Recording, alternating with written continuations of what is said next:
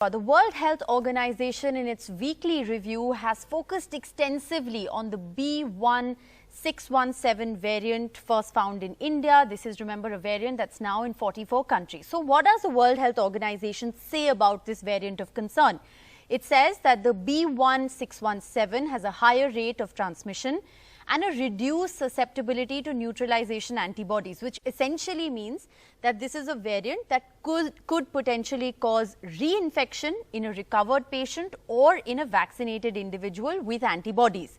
The WHO also talks about two lineages to the 617 variant, the 6171 and the 6172. The question is whether vaccines will work against them. What does the WHO say? It says that this is something that remains uncertain. The World Health Organization has interestingly cited studies to show that Pfizer and Moderna have shown reduced effectiveness against the variants in India. WHO has also acknowledged in this paper the low level of genome testing in India, which is approximately only about 0.1% of positive samples. Joining us on the show today is one of the foremost voices to understand what is gene sequencing, to understand what these variants mean, Dr. Anurag Agarwal, a physician scientist and the director of CSIR, Institute of Genomics and Integrative Biology, Delhi. Thanks so much, Dr. Agarwal, for being with us. You've been very busy, but I want to begin by asking you about the B.617. Explain to our viewers, what is this variant that has emerged first in India? Why is it a variant of concern? Thanks, Rishika. I'm very glad to be on your show. Let me start by explaining what a variant is, because without that, I don't think the answer will be clear. Now, as you know, SARS-CoV-2 is an RNA virus. All these viruses mutate when they replicate. This particular virus has no very high rate of mutation, but since so many people are infected, there have been so many replications, mutations come. Now, every time we sequence the virus, which means we read all its 30 kb nucleic acid bases, we find mutations. Now, once in a while, some mutation might be beneficial to the virus and might allow it to propagate better. And these particular mutations you see coming again and again. There's a word for it called convergent evolution. The same mutation can be found in various parts of the world. And when you find a particular set of mutations growing, you call that a variant. Now, there have been many variants. This is not the first variant. Some variants are, of only inquiry and interest, and some variants are of concern. When is a variant, which basically means accumulation of a set of mutations compared to the old one, of concern, it has to have either increased transmissibility, or it must have increased severity, or it must have immune escape or vaccine breakthrough properties. Right. Then we call these things variants of concern. Now, when you see these letters A, B, you see these numbers, it basically is something called pangolin, a particular type of lineage. The original one from Wuhan was A. Last year, a mutation called D614G. Whenever I use these words, it means an amino acid, the first letter, at a particular position in a gene, in this case spike position, 614, gets converted to another amino acid, in this case G, took over the world. This particular D614G mutation is now seen in almost every sample. So even when we had the outbreaks in September and November, they were all D614G. Right. It was not a variant of concern because it did not do anything more. Now, B.1 basically means you're coming from that lineage. Right. .617 is a particular variant that we saw in Maharashtra for the first time, sequenced in the month of February, confirmed in the month of March, announced by the third week of March as a variant of potential significance, and from an outbreak starting in January. Right. So within 3 months, we went from an outbreak to a variant. And this is the one that it is. I'll stop here so you can ask the question. Yes. My question therefore is, now we are given to understand that the 617 further has a 1 and 2. Are these faster strains, and how concerned should we be about the transmissibility of this variant? So the original one in Maharashtra was 617.1. So every time, it divides further, you add another number to it. So .1 was transmissible. There is no doubt about it by now. We can see that in Maharashtra, it really went very fast. that was accompanied by research from BJ Medical College, National Institute of Virology, showing that 617.1 was the dominant strain. When it came to Delhi and in the Maharashtra at the same time, 617.2 became faster rising than 617.1. Right. Basically, there is only one major difference.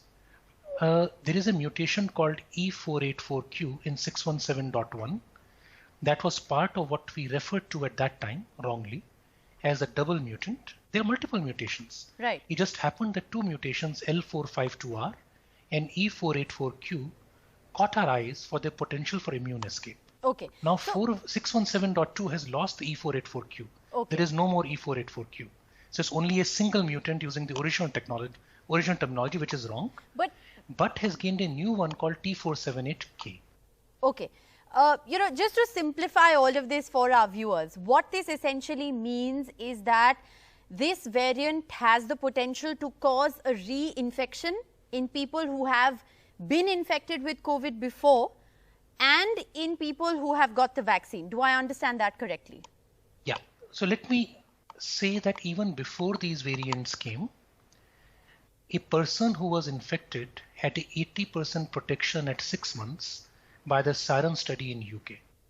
So reinfections can occur with the normal virus as well. It does not have to be a variant to create a reinfection. Only 80% protection at 6 months in the Siren study before all this started. Same way with vaccination. When these vaccination studies with Covaxin and Covishield were done, we got efficacies of 76% and 80%, which basically means 20% of the time, even before these variants, you can get infected after vaccination. Okay. What appears to be the case is that when you have variants, thus 80% might become 70%, the 76% could become 65%. So there is a drop in efficacy in getting infected. However, severity of illness is a different story altogether. How severe will the illness be? Right. And that's very well protected. Okay. So very important clarification there that a reinfection is possible and was possible with the past variants as well. So when you say that this is a faster strain, it is more rapidly spreading, can we then say that this is more dangerous, has the potential to be more deadly? And could this new variant now that we're talking about, the double mutation like you said, could this perhaps fuel the third stage, the third wave, if we are not prepared? Well, let's not get to the third wave quite yet. Okay. Let's focus on this current one. So the word dangerous has two parts. Dangerous to the individual and dangerous as a whole. Now, even with this virus, 617.1 or .2 doesn't really matter. The ordinary person who is infected has a very high, excellent chance of recovery. Okay. We saw that in Maharashtra. It's only when many people get infected at once, all of them requiring medical care. If they get timely medical care, they will recover. But in absence of timely medical care, because the system is so stretched, it becomes more dangerous. But as such, per infected case, we see more symptoms perhaps, but as such the danger is not that much more in timely treatment, and the best time to assess that, Ritika, is on the way down. On the way up, when the entire system is stretched, everything looks inflated. Right. On the way down, when things go back to normal, in Maharashtra, things look okay. Couple of very quick questions. Can the RT-PCR detect it? Because there have been questions about, false negatives that have been floating around. You're the expert on genome answer. sequencing, so you'll be able to tell us. There is no problem with RT-PCR detection. We have sequenced these variants. There is no mutation in the part of the virus that RT-PCR would miss. There is absolutely 0% probability of the RT-PCR missing these viruses because of a problem in RT-PCR. Okay. Now, the real sensitivity of RT-PCR has never been more than 75%. When we say 100%, we are using RT-PCR itself as a comparison. Okay. On the 7th day of illness or the 8th day of illness, the virus is less in the nose and mouth. If patients present late, when the lung is involved, RT-PCR is negative at times. Okay. Very quickly before we let you go, I have to ask you about two more questions. One on the increased demand for medical oxygen. Can that be linked to the variant? And more younger people being infected, is that also something that can be linked to the variant? Because these are both things that we didn't see in the first wave. Let me take the second one first, and there's an answer. It's confusing to us also, Ritika. Last time when these outbreaks occurred, schools and colleges were closed. People were not going to restaurants. Young people were not going out and mixing much.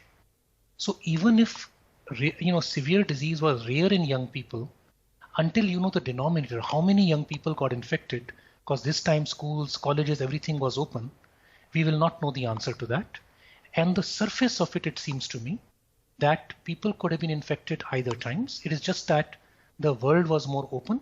Schools, colleges were open. People were mixing and taking less precautions. Right. The second one on oxygen demand, same thing. We have always seen that about a few percent, 5%, 10% of people end up deteriorating.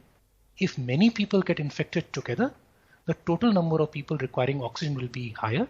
However, Dr. Bhargav, DG ICMR, in a study by ICMR has shown that symptoms and breathlessness are a bit more this time around. Right. And the larger number of cases might be the real difference. Okay. Bit more, not that much more.